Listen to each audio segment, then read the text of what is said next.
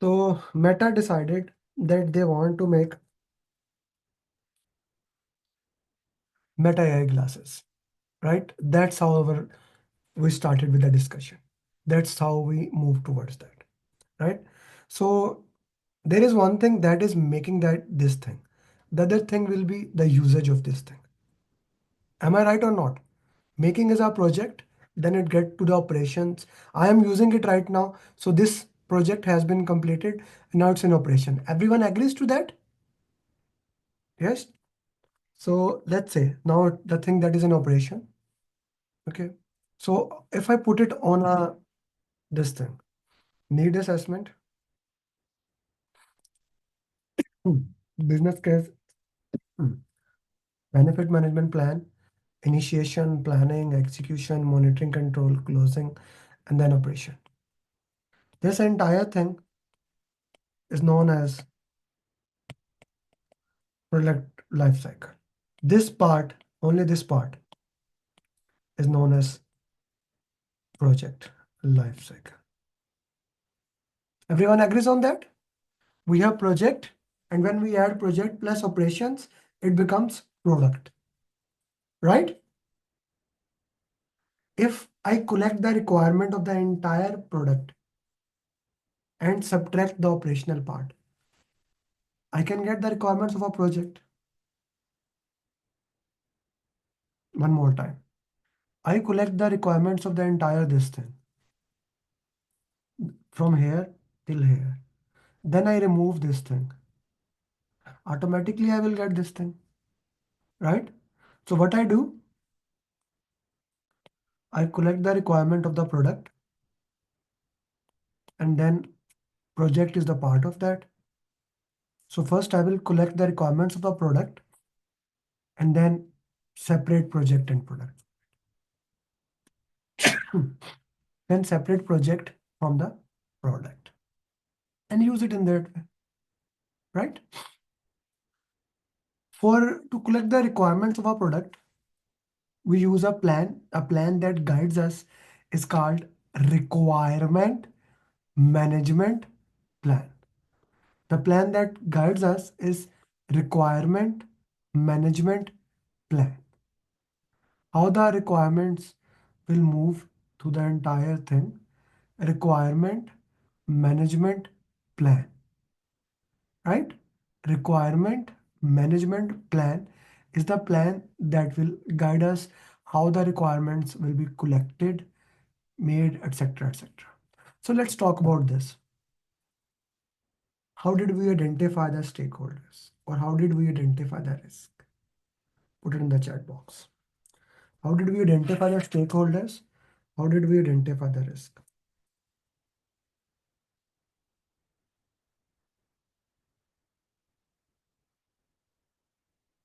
No. Who's that product chart? Numan Slim, give me the entire sequence. What is the sequence here? What is the sequence of our steps that we use to identify everything?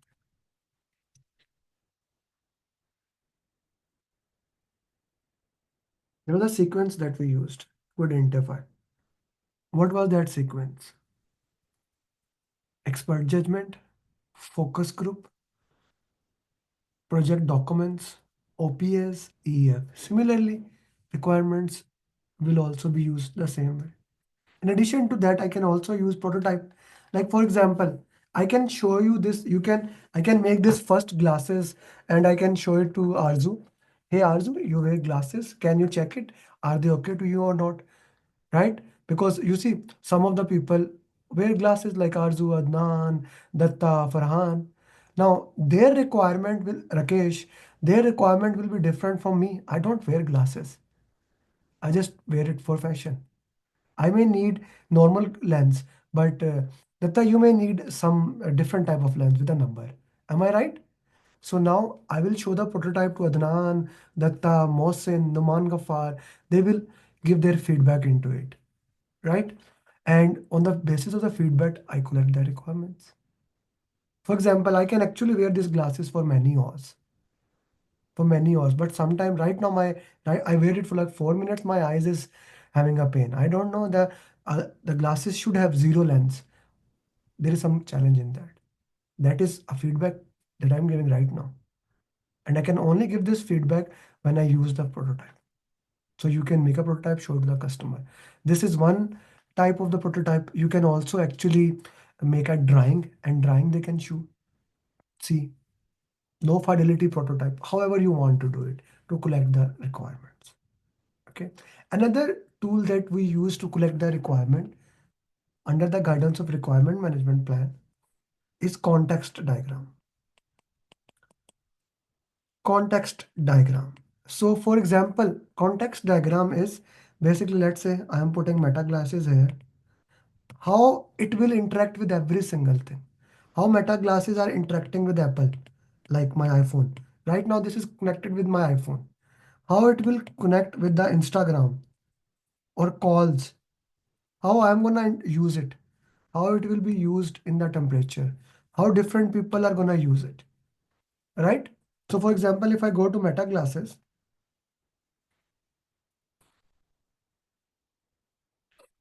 if I go to the meta glasses and I use, there are different type of glasses here. This one is the first one is that I am using right now, right? This is the glasses I am using, but then there are other glasses, sunglasses. Different people want to do that, use it. My glasses are not polarized because it has wide glasses, but these glasses are polarized, right? So then other glasses are there, how you want to wear it. When you want to wear the glasses, they will check your, ask you different questions, etc. about them, right? So different things will work into a different way according to the requirements of you. For example, a mom whose children are like 10 years old or something like that will have different requirements from the children's who are 3 to 4 years. Like if my wife wears it, my son will remove it immediately. He wants to wear it. That's how son does. They just want to remove it and play with that. But if I'm wearing glasses, he does not touch it. He knows he's gonna get not good attitude if he touch my glasses. So who is using it? The context it will be need to be very into that way. So context requirement. I have collected all the requirements. I collect the requirements. Then I put in a document. The document is called requirement traceability matrix. Requirement traceability matrix is a detailed document that identifies, it's like an Excel file with all the different types of requirement. Who gave the requirement? What was the purpose? How this requirement is going to help them? What will be the value of the requirement? Every single detail of the requirements will be in the requirement traceability matrix. As much detail as you want, you can put into that, right? For example, this is, by the way, these templates are with you guys in the file I've shared. What is the requirement? What is the priority of the requirement? Who gave the requirement? What is the objective? This WPS we'll discuss later. How do we know this? How do we verify the requirement? Then how do we validate the requirement? Whatever the details you want to put into that, you can put as much detail as you want in the requirement traceability matrix. Whatever the details you want to put into that. We can collect Arzu from stakeholders or a customer depending upon the need. Who is gonna use it? We can even summon product. We can even use it from the end customer. Like there's a high probability when they will make the new meta glasses, they are gonna ask me. I bought their glasses, right? It's not like everyone is buying it. Very few people bought it. I bought their glasses and I live in US and I am using it on daily basis. That's very rare customer. Some people buy it and put it there. I am using it on daily basis. One of my team member commented me that I made one video live. She said, "Sir, your font, your it is not video is not very good." I said, "Yeah, when I go live, it's not very good. I'm daily using it." So they may ask the customer end user, right? Because it is still in a very beginning stage. It is still for those people who love technology like me, okay, who loves technology, who want to explore those things, right? So requirement traceability matrix is a document. Requirement traceability matrix is a document like an Excel file, Usman sir, which has all the details that we need into that. All the details are there in the requirement traceability matrix. every single detail, whatever it can be as detailed as you want it. Then another document is there, that is requirement documentation. Remember what was RACI? Guys, what was RACI?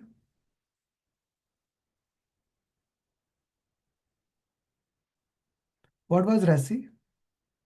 Responsibility, accountability, consult, inform. And what was RAM? RAM is responsibility assignment matrix. Similarly, we have requirement traceability matrix have all the detail, then requirement documentation. Requirement documentation is a special document that will just classify the category of the requirement. Like, is it a stakeholder requirement? Or is it a solution requirement? Is it a transition requirement? For example, I wanted to buy this Meta glasses from a long time. Okay, I had set a goal for me personally, that a certain goal for this, that when I will achieve that I will buy that glasses. But then when the class was coming, I thought why not to use it as a case study, right? I was going to buy these glasses anyway, but I use it as a case study here so that you can actually look at the product. Okay, I'm using it. Make sense? How I'm doing that things here. So transition requirement, quality, then quality requirements. Which type of requirements are there? Now we have all the requirements at our hand. We have collected the requirement under the guidance of requirement management plan, put it into requirement traceability matrix, and if we want to use requirement documentation, can also be used. Okay. Anyone has confusion so far in this area?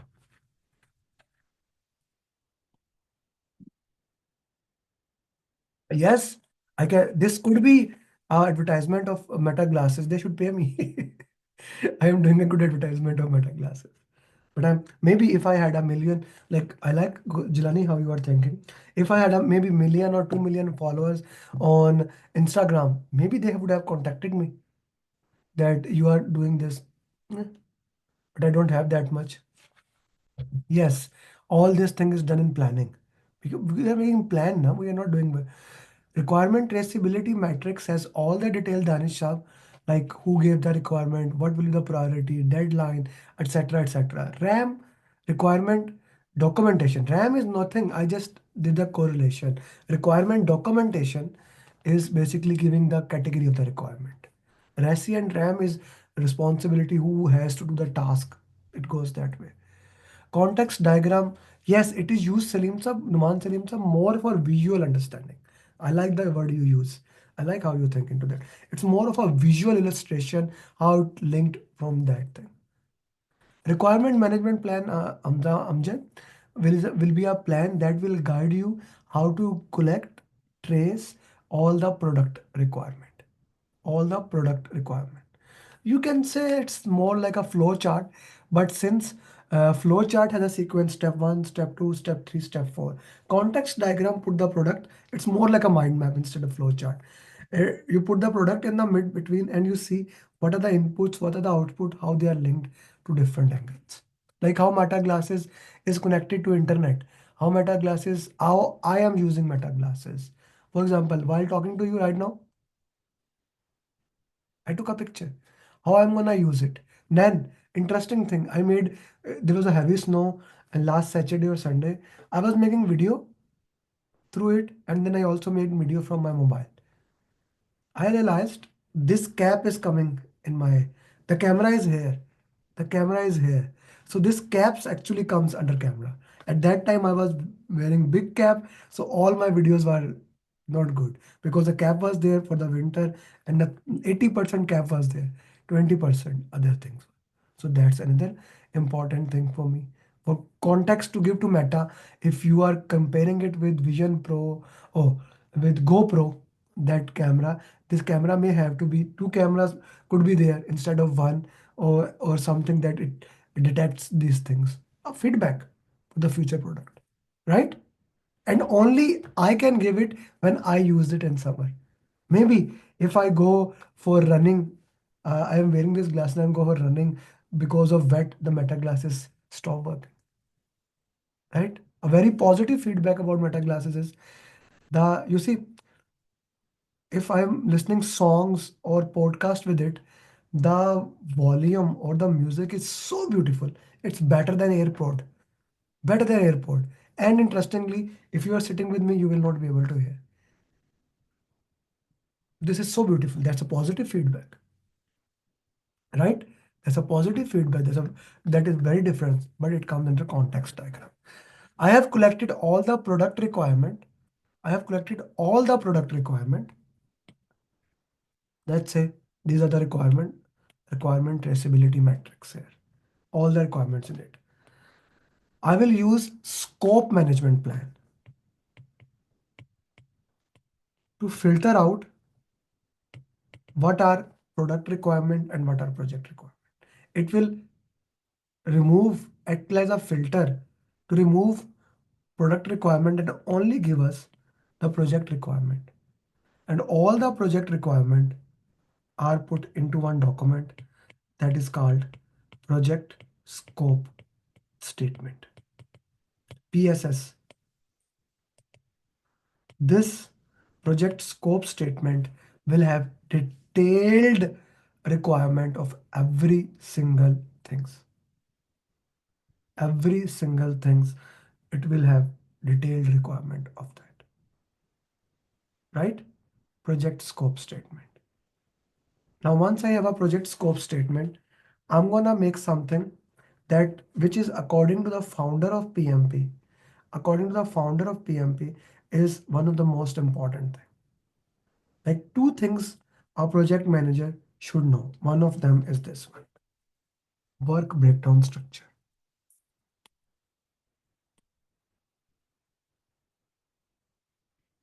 Structure WBS. So product is meta classes. I'm gonna divide it into small manageable part. The purpose of WBS is like you take a task, you divide it into small manageable parts. Such small that the last part is called as work package. The last part is called work package, the smallest one. That will be effort from 8 to 80 hours. It should not be less than 8 hours effort and more than 80 hours. Okay, 8 to 80 hours. 8 to 80 hours. It should be 8 to 80 hours maximum. 80 hours effort mean, like, let's say 80 hours and minimum 8 hours. Okay, 8 to 80 hours effort it should be there, not more than that. Okay, acha. Now let's say what is WBS, work breakdown structure. Meta classes, what are the electrical works in it? What are the design work into it? Which AI it is gonna use? How we are gonna integrate to it? Then design. Design has multiple types. Like for example, where are the types here? Polarized prescription, that can be one type, right? Lens type, transition, gradient, solid.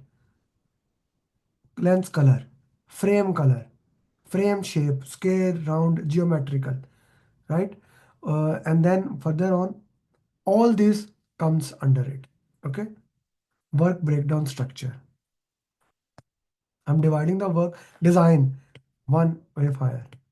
Then there are other design. Mine is wayfire. There are further design. Then design can have different lens type. Prescription, non-prescription. Non-prescription, polarized, non-polarized. However, you can do that. This is dividing the work into small, manageable part. Let me make another WBS. Let's say we make a WBS for house. We're making a house. Civil work, mechanical work, electrical work, HVAC. Let's say talk about civil work. Excavation, concrete. Concrete can be further divided. Civil engineers, put in the chat box how can we divide the concrete. And further we keep on dividing unless we got the smallest part, which is called work package. This top one is called as control account.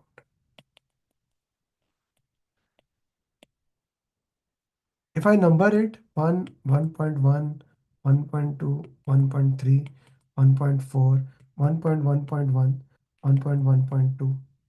I divided this one further, 1.2.1, 1.1.2.2. I divided this further on, this one, 1.1.2.2.1. I can keep on dividing. The purpose is take the work, divide it into small manageable part. Okay, small manageable part. Okay, this is very important and very critical. Okay, I am taking the work, I'm dividing it to small, cement, although whatever the works will be, small manageable part. The lowest part will called as a work package. The highest one is control account. In between, we can have planning package. Let me give you in the form of PMP. There's a one PMP, then there are 12 topics. Okay, 12 topics. Each topic will have mind map, question, answer, RCA, right? Then question, like this is how I divide the entire work. Once you are done with that, you need to fill application. Then you will do a mocks on simulator. That dividing the work into small manageable part. This is WBS. Now you see, I made this numbers, right? 1.1 point. These are called code of account. Each account has a code of account, code of account, right? Code of account. What they will do, we will have work breakdown structure dictionary, which will explain each work package in as much detail as we need. Whatever is covered in this, it will explain it as detail as we want it. WBS, WBS dictionary, code of account, and project scope statement. Combine these four things, combine in a document, it is called as scope baseline. The scope baseline is approved by sponsor. One more time, what is scope baseline? What is scope baseline? Scope baseline is basically approved version of project scope statement, WBS, WBS dictionary. Work breakdown structure, work breakdown structure dictionary, project scope statement, all combination of that, when it get approved, we called it we called it scope baseline. Clear? Now, who approves the scope baseline? Who approves the scope baseline? Sponsor, change control board, whoever you want to put in the context. Once the scope has been baselined, you cannot add anything into them. It is fixed now. If someone wants to change or add anything, what we need to do? If someone wants to add something, what they need to do? They need to go through the proper change control procedure, raising change request, and things of those nature. Okay? They need to raise a change request. Once change request is approved, then we work into that. Right? Clear? This is how the process works. Scope baseline has been fixed. If client tries to add something, if client tries to add something without going to the proper change control procedure, if client tries to add something without going through the change control procedure, it is called scope creep. What is scope creep? What did you understand? Put in the chat box.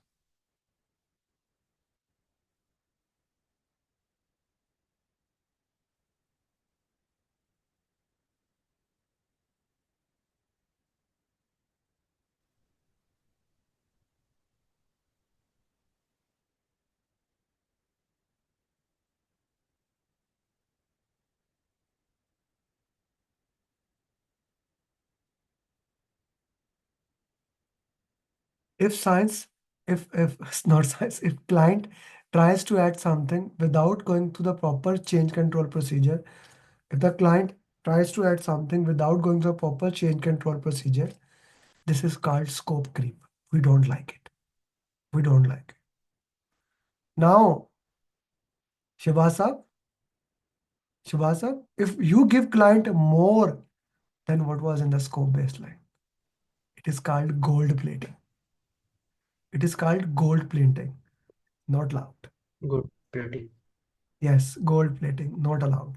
If you want to give customer more, many people say that, sir, but we want to give the customer more. Okay, give the customer more. I have no problem with that. But if you want to give customer more, why don't you get it approved? Why don't you get it approved, bhai? Get it approved. If the client approve it, good. Well done. If the client is willing to pay or whatever is it, it should be documented. Make sense to everyone? Clear? Now, this is the entire thing in scope. I will revise the entire chapter for you. Using the requirement management plan, we collect the requirements. We collect the requirement through expert judgment, focus group, OPS, EEF, document analysis. We can use prototype and context diagram. The purpose is to collect all the requirement and put it into the requirement traceability matrix. Once you have all the requirements in the requirement traceability matrix, we can also use requirement documentation that will only shows the type of requirement. Using scope management plan, we put a scope filter so that project and product requirement are separated. The project requirements are called project scope statement. We divide the entire requirement into small manageable part that is called WBS. We discussed WBS dictionary will define each work package, what's their purpose is, what work need to do. We discussed code of account. When WBS dictionary project scope statement get approved by the sponsor, it is called as scope baseline. We don't like scope creep or gold plating. That's the entire scope topic. Okay, very easy, right? So let's take a 5 minutes break and then discuss the scheduling topic.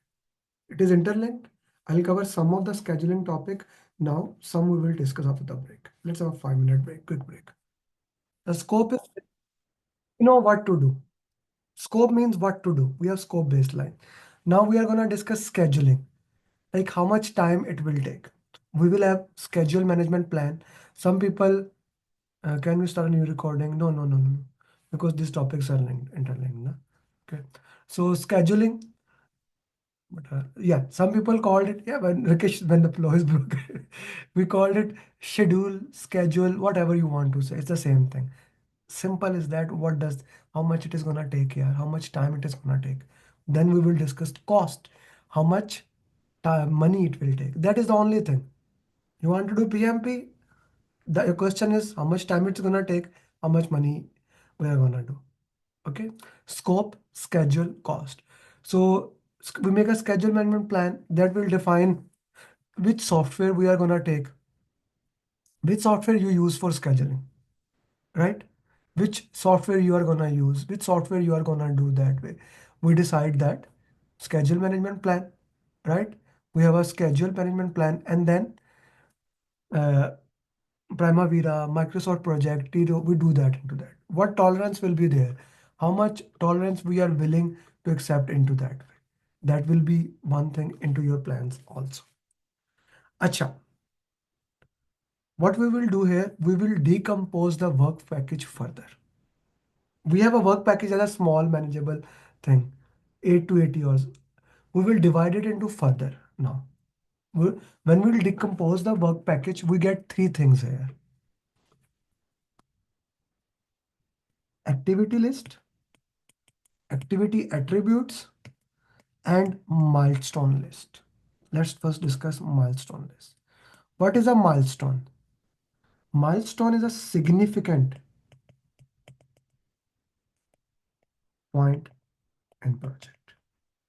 Milestone is a significant, important point in the project having zero duration. Like, for example, start of the work or inauguration. You are cutting that ribbon, it's a zero time here, right? So this is called milestone. Payments are attached to milestones. Payments are attached to milestone mostly, right?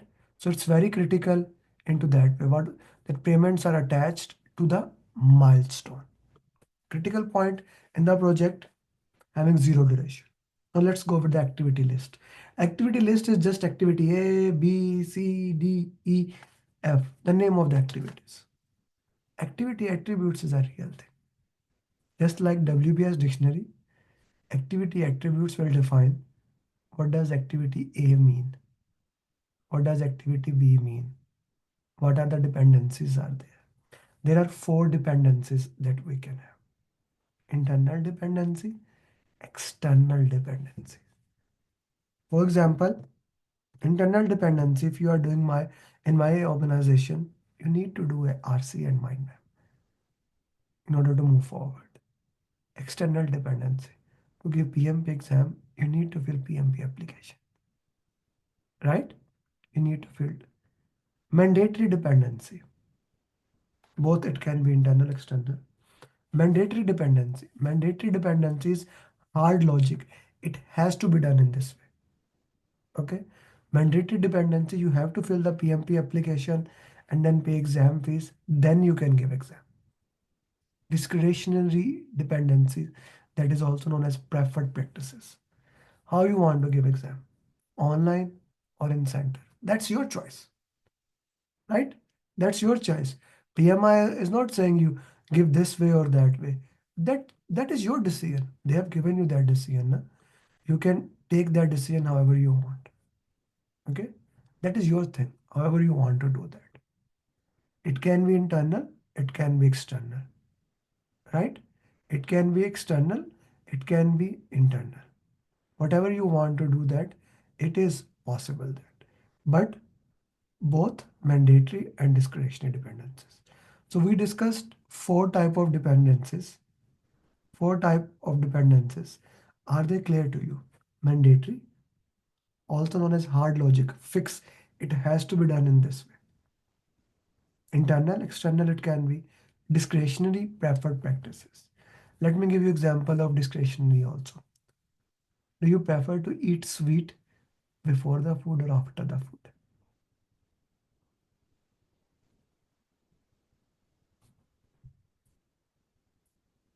After.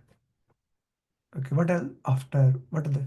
My son preferred. He loves sweets, so he love to eat before that. He says that Baba, it's when I'm full, it's not tasty anymore, and he has a point. Like I love sweet dish, I love donuts or things like that. If my stomach is full, then it is no value to me. When I am hungry, if I eat, I strongly I don't like sweet. I don't eat sweet. Whenever he get any chocolates or thing, I'm the one who opens it because I don't eat sweets. Mommy can have a bite, sister can have a bite, but I'm not gonna touch it. I don't like sweets at all. Right? So is he want to have but it same goes for how do you want to drink water before food, after food. There was a time when I was in Kashmir, I lost like 28 to 30 kg. I followed a rigorous practice to drink water at least 15 minutes before food. If my throat is like extreme need water, I would even sip of water in between. After, no, not at all, because that was at that time. Normally, I am drinking water before, after. That's my choice whenever I'm doing it. Right? It is your thing. These are the dependencies we do. Then, then we have four different type of relationships that can be between among two activities. Four different type of relationship that we can have among two activities. Let's say activity A and activity B. Activity A and B can have finish to start relationship. Like when activity A ends, then B starts. Finish to start.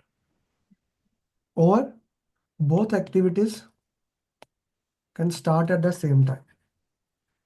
Both activities can start at the same time, start to start, or both activities can end at the same time, finish to finish. Or the last relationship, that is for overlapping activities.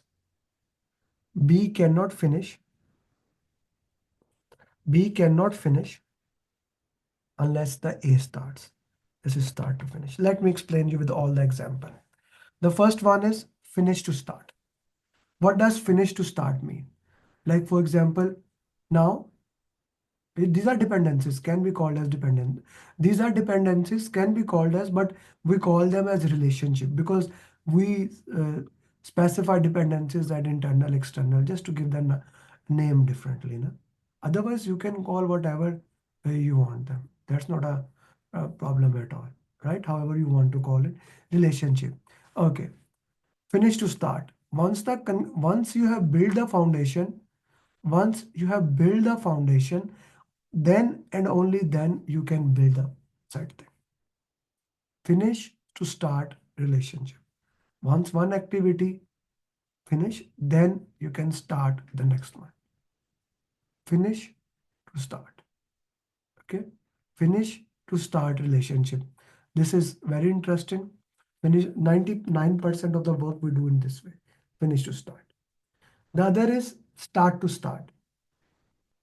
Also, just let me explain them, then we'll discuss them. Start to start. You start one activity, automatically the other gets started. You turn on the AC, the compressor automatically get turned on. This is start to start relationship. Very important. Finish to finish. You are going on a long trip. You turned your car off. Maybe you need a rest or you are refueling. Automatically, your everything in the car, battery, your tape, your LCD turned off. Finish to finish. One is finished, automatically other get start to finish. The opposite of finish to start. When you are doing work in shifts, you want to have an overlapping activities, like the work nurse used to do, the work that security guards in banks do. They need to have an overlapping time where they will only leave when the other person come. Because 24 hours, there should be someone. Boiler work, if someone you are at boiler or maintenance, that one person should be there all the time. It uses this activity. All activity relationships are important, but finish to start is mostly used. Yes, Arzu, you had a question. Yes, Amer. So finish to start activity. So finish means that something would have been finished, then only the other activity will start. So initially there is this initiation or this the activity was started. That is the reason it was finished, and then it was started again. Yes. What, So wouldn't it what? be start, finish, start? No. Finish to start. Let's say now the food is completed. We have the process, the activities we want to eat the food. Once I have eaten the food, then I will start cleaning the plates. One activity linked with the other.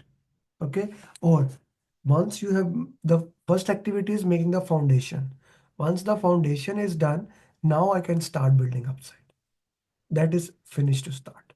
Clear? Yeah, but building the foundation has started first, right? So And then we it was we are finished. not looking at its previous relationship. We are only considering these two activities. Maybe, of course, that activity will have a relationship with something, something, something, something. We are talking about activity, small thing. They are how they came. We divided the work package. What was work package? Work package was a part of the control account, right? Of course, and control account was a part of the entire project, right? Everything will be the part of everything else, but we are talking about one thing. We are talking about So one. can we say? Mhm. No, we will not say it any other way. We will say it. We will only talk about the relationship of this activity in this way. For example, the activity that starts before it is called as predecessor activity, and the activity Mhm. after that it is called successor activity. Successor. For example, Mhm. your father is your predecessor. You are a successor, or your son is your successor. Okay, your son or your daughter is your successor. Of course, your father as a father, your father as a father. Predecessors are there, but we are focusing on that thing. Okay. Okay. Got it. Thank you. Thanks. Yeah. So these four type of logical relationships we use, right, in scheduling when we are connecting the activities. How A is connected to B, how B is. As I told you, once you have finished the stakeholder and done the RCA, then start communication. Once you have done the communication, finish to start, and the RCA, then do team. They have finished to start relationship. Make sense? Topic, mind map, RCA. Finish to start, finish to start, finish to start. Okay. Now, sometime the activities get delayed in between because we wanted it to be delayed or because of any XYZ reason. For example, my classes are not continuous. Friday, Saturday, Sunday. Then there's a 5 days lag. Then Friday, Saturday, Sunday. This is called lag. The schedule has increased. I'm even thinking maybe in the February or March batch, I'll give 1 week break in between and then the 1 week. What do you think about that? Do you think, or it is okay this way? Like Friday, Saturday, Sunday, next week break, and then Friday, Saturday, Sunday. I'm thinking about that. That instead of 2 weeks, it gets 3 week training. So you get in between lag, you can complete the assignments. I'm thinking of that. Maybe I'll try this in Ramadan or we'll look into that. But just thinking about this thing. Continuous improvement you can only do when you experiment, right? So I will experience it in Ramadan. Let's see. Good. Get more time for assessment. But the thing is, the thing that one of my team member and my wife said, and she said it very politely. जिसने नहीं करना था वो फिर भी दरम्यान में कुछ नहीं करता. Those who have to do, they will do in between. Those who know, they will take more break to complete it. Yes, exactly, Hamza. She said the same thing. Like those who have completed one, two topic, okay, for them it makes sense. For those who have completed all the topic and those who did not studied anything, not even doing one topic, they will not do in even next week. Okay, so just thinking about it, maybe I'll try it in Ramadan. Okay, so when it get delays in between, that is lag, that increase the schedule, that actually increase your overall schedule. Lagged, it has increased the schedule. Sometimes we lead the activities. Like what do we do? One activity is still in progress, we start the other one. For example, your training is not completed. I'm gonna start your application today. Okay? Work, this is Parkinson's law, yes. Work expand. Yeah, this is in PMP. You will have in some question. Asad, Parkinson's law, right? Work expand as we move forward. Okay. So lead is basically the activity, successor activity starts even the predecessor activity has completed. For example, it looks like something like that. Even this activity has not completed, it started before. What I do, for example, normally 90% of the training institutes, they say once you have done all the topic, then start doing question answers. And you guys were complaining that topics are linked with other topics, right? But I said, do it. I leaded your question answers. Because once you get all the topics, it will be too much, you will not do it. Clear? Okay. So leads and lags are the relationship in between. We'll start forgetting also. Okay. Good point. Okay. Now we have discussed these things. The next thing will be the most important thing that will be among the activities is how to calculate the duration of each activity. How to calculate the duration of each activity. There are four ways how we calculate duration of each activity, and for sure you will get a question in exam about this, and we will do that after 30 minutes break. That's what we call. When we talk about activities and how to calculate their duration, there are four ways that we use to calculate the activity duration. Four ways to calculate the activity duration. One, analogous estimation, parametric estimation, 3 point estimation, bottom up estimation. Analogous estimation. Analogous estimation is 100% based on past history. Musarat Aisha, unmute yourself. Musarat, Yes, sir. can you make chicken kadai? Yeah, I have not made, but yes, I can What with this what is the food that you make more and you are good at it? biryani. Okay. So if I say 1 kg biryani, how much time it will take? 1 kg biryani. It may take 1 hour 15 minutes. Okay. How do you know that? Experience. She has done in the past. Okay. Thank you. Rakesh, where is your office? Like how far it is from your room? 12 minutes drive, 10 to 12 minutes How do you know? by car. How do you know? Because based on experience, like, yeah, So the experience. You have done it multiple times. yeah, exactly.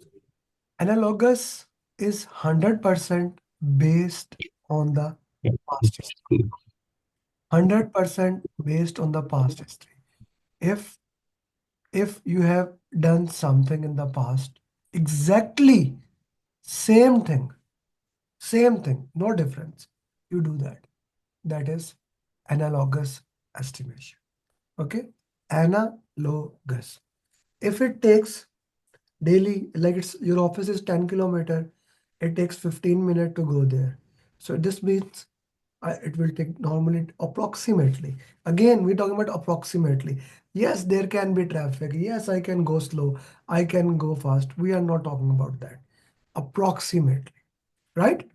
So if I go to my office and that is 5 kilometer, it takes 15 minutes yesterday. So how much time it will take today? 15 minutes again, right? Analogous estimation. If I made a house that is 200 square feet in 6 months, again I make the house on the same design. How much time it will take? Almost 6 months, approximately. Approximately, right? Approximately same. This is analogous, 100% based on past. There is no change whatsoever. Parametric estimation. Parametric estimation. So parametric estimation says that, okay, yesterday I went 5 kilometer. It took me 15 minutes. Today I'm gonna go 10 kilometer. How much time it will take? Put in the chat box. 30 minutes? Okay, I'm gonna go 15 kilometer. Approximately 45 minutes. If I go and so on, so on, so on. Okay. If I made a house of 200 square feet, it took me 6 months. Now I'm making 400 square feet. It will take 12 months. It is also based on past history, but it is based on statistical relationship. Clear? Clear?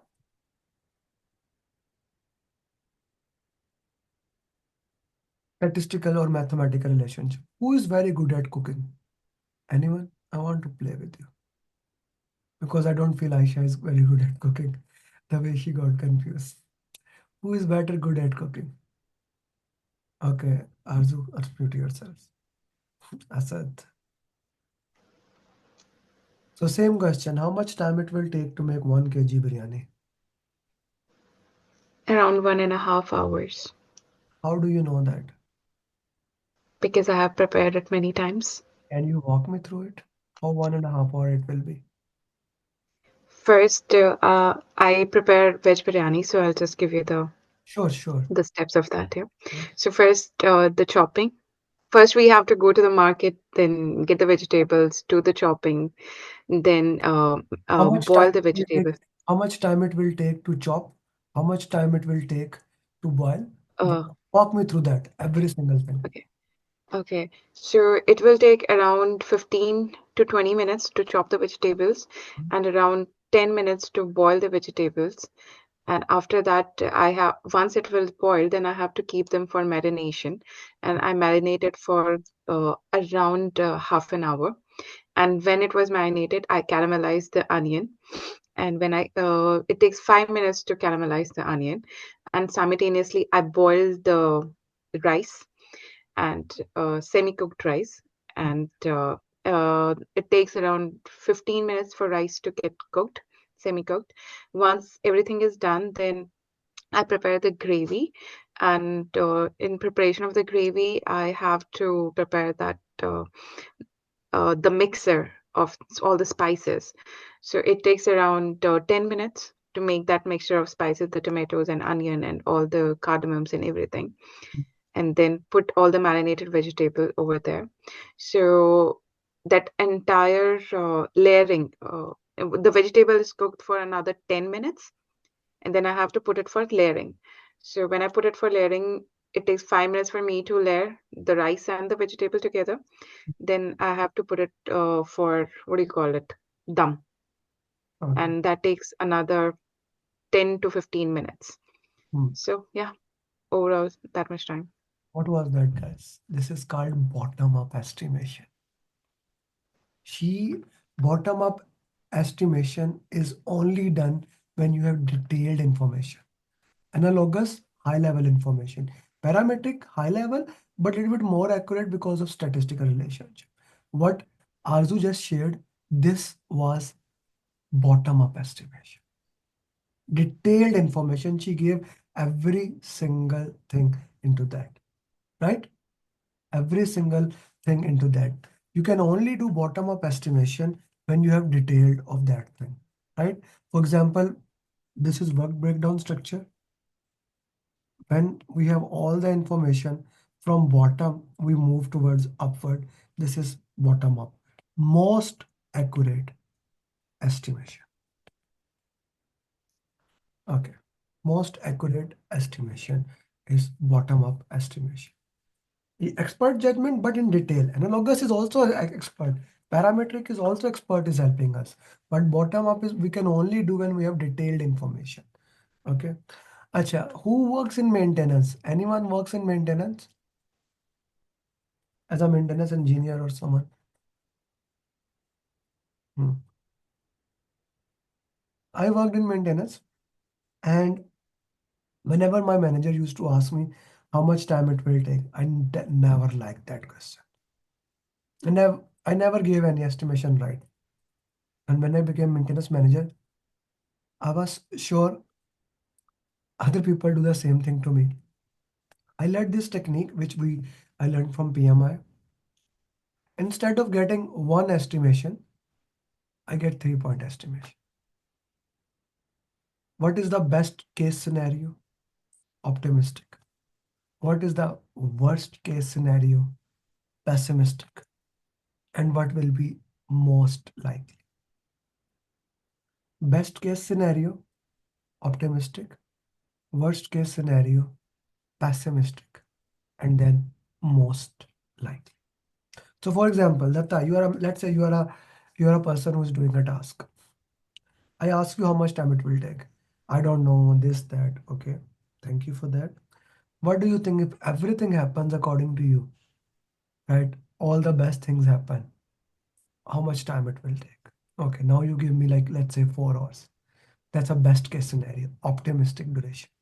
Then I ask you, okay, if everything bad happens, then how much time it will take? You gave me one duration, that is pessimistic duration. Then I ask you, okay, normally how much time it will take? Generally, how much time it will take? That is most likely. Optimistic will be minimum, pessimist will be maximum, most likely will be in between. So you get 3 duration, optimistic, pessimistic, most likely. We can play this 3-point estimation in 2 ways. Optimistic, pessimistic, most likely. We can take average. This is called triangular distribution, or we can use beta distribution, also known as beta distribution, also known as PERT, program evaluation and review technique. Beta distribution, also known as program evaluation and review technique. Clear to everyone? Program evaluation and review technique. Both are very good. Both have their value. Okay. So we use this thing. I'm gonna first let's solve the normal question. Let's say if the question does not mention which one to use, we will use this one. If the question does not says use this, which one to use, we will always use beta distribution. Let's say an engineer says it can take this much time, 18 hours, 26 hours, 20. Calculate the duration, how much time it will take.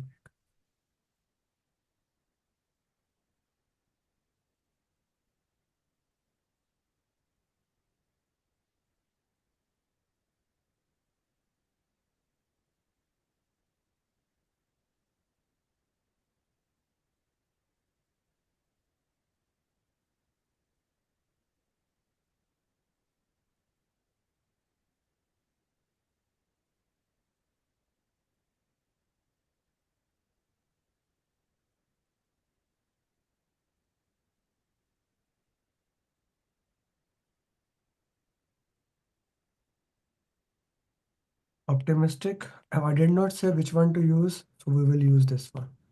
Optimistic is 18. 4 most likely is always the middle one. That was the trick here. I put it there. And pessimistic is 26 divided by 6.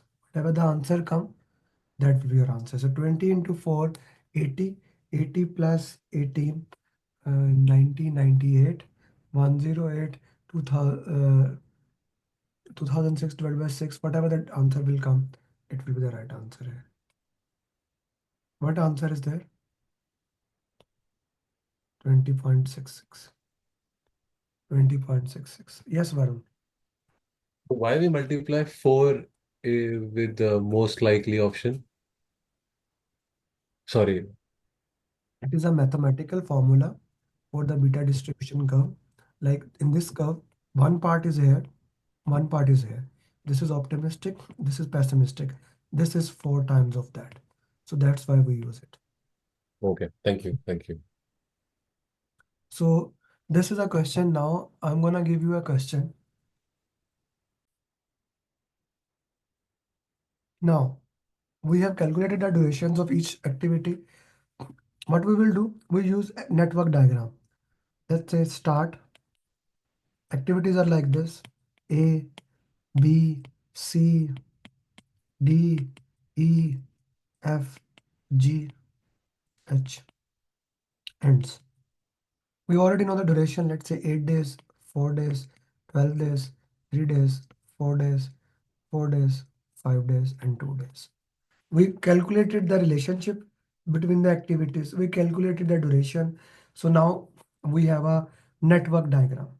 The network diagram shows you the path, how the work can be completed. No, don't put this question here.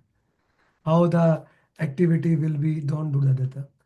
I will stop the recording for a reason. Okay. So we calculated the network diagram, how to work into that. This is called network diagram, project schedule network diagram. You calculate, you make this thing. This is basically the flow of your schedule. We had activity, we had duration, we just calculated that diagram. Project schedule network diagram. If we want to see how much time it will take to complete that project. A, B, C, F, H, A, D, E, G, H. They are the two paths. Am I right or not? You can move from here to here or here to here. These are the two paths that you can use to complete the work. Right, guys? These are the two parts that we use to complete the work. Okay? So this will tell you how we can move. We can move from A to B to C, etc. etc. Can you calculate for me what will be the duration of path 1 and path 2? How to calculate? Just add A plus B plus whatever their duration is. Like 4, 8 plus 4, 4 plus 3, 3 plus 4. Calculate and put in the chat box. Path 1 duration and path 2.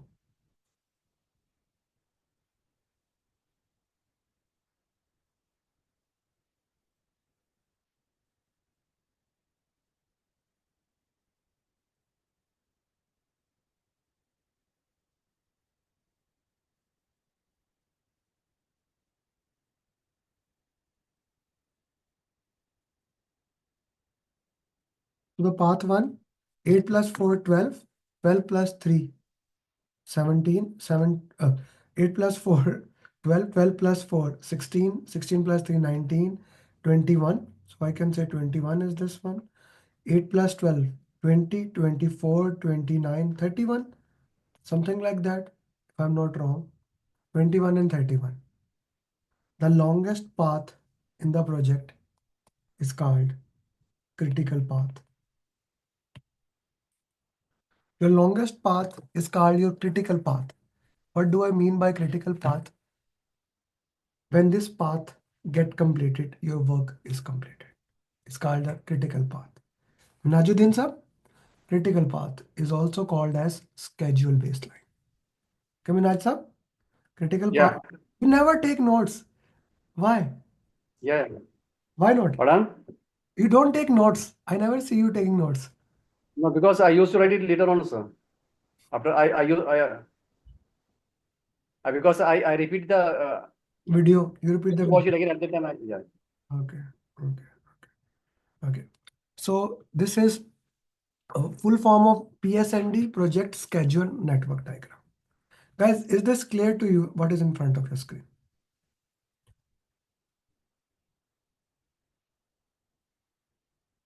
Is this clear?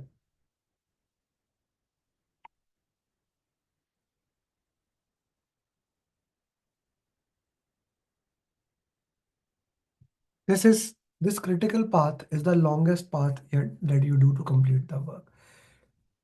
Normally, Numan, it should be one critical path for the project. This critical path is called schedule baseline. But if 2, 3 paths have the same duration, it can be multiple paths to complete the way. The longest path is critical path, and that is your schedule baseline. Arju, I just added them, my friend. We already calculated duration of the activities. So with analogous parametric 3-point estimation, we already calculated duration of activities. Okay, I just add 8 plus 12 plus 4 plus 5 plus 2. That's it.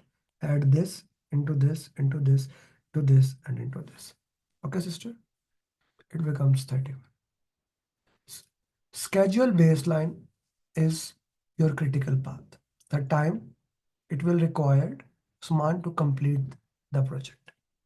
You see, critical path is the longest path, which means when we will start working on critical path, all other work has been completed already, right? If there are 31 days and the schedule baseline is or critical path is 31 days and other path is 21 days, so automatically 21 days would be completed before, right? The difference between critical path and non-critical path. Critical path and non-critical path is called float. The critical path and non-critical path is called float.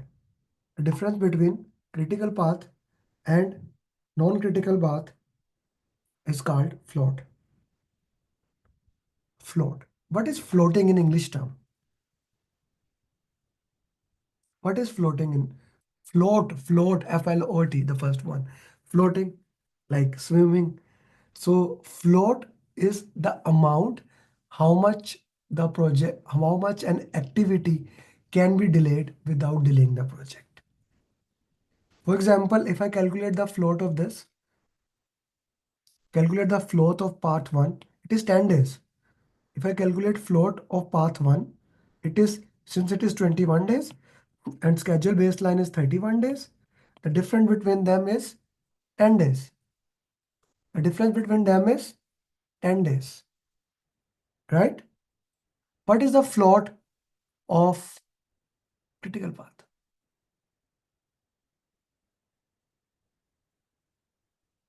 Asad Ali, float of critical path. 0. Float is the difference between critical path to a non-critical path. So if I minus it, it's with itself, it will be 0, na? Arvind, what are you doing, man? Arvind, is it clear or not? Sorry, I misunderstood. Critical, now it's clear or not? Yeah. Yeah. So critical path has 0 float. So the schedule baseline is made. Now I go, if I want to reduce the schedule, there are two scheduled compression techniques. If I want to reduce the schedule, there are two schedule compression techniques. Adnan, you need a coffee, man. There are two schedule compression techniques. One is crashing and the other is fast tracking. Both need change request. Both need change request. Crashing and fast tracking. Crashing and fast tracking. Crashing is adding resources, which will of course increase cost, but it will reduce the schedule. One person is working, let's make two more people there. Crashing. Fast tracking activities in series like A, B, make them parallel. Of course, if we do two activities at the same time, it will reduce the schedule, but rework and risk will increase. Acha, if money is not the problem, and we will discuss in the cost topic, if money is not the problem, we will always do crashing. Mohsen sir, there are two schedule compression techniques, crashing and fast tracking. Crashing is adding more resources. Fast tracking is making activities parallel, right? Fast tracking is making activities parallel. Both are helpful, but we prefer crashing as compared to fast tracking because crashing is just addition of money. Fast tracking can cause risk rework, which will also can lead to money also. Clear? Okay. Let's make a mind map of scope and schedule. Most of you are sleepy, I can see, right? So let's make a mind map of scope and schedule. So then we'll come back to that. Okay. Using requirement management plan, we identify the requirements. Using requirement management plan, we identify the requirement and we put in the requirement traceability metrics and requirement documentation. Using scope management plan, we filter it out. We get our project scope statement. Then we made WBS dictionary, uh, WPMP. project scope statement and things like that. We get Swapnil, mute yourself. We get our scope baseline. The work package was the smallest part that we used. Then using schedule management plan, we divided into activity list, activity attributes, milestone list. Then we discussed mandatory dependencies and discretionary dependency, both internal, external. Then we discussed four type of relationship: finish to start, start to start, start to finish to finish. Then we discussed um, analogous parametric three-point estimation and bottom-up estimation. Then we discussed critical path method.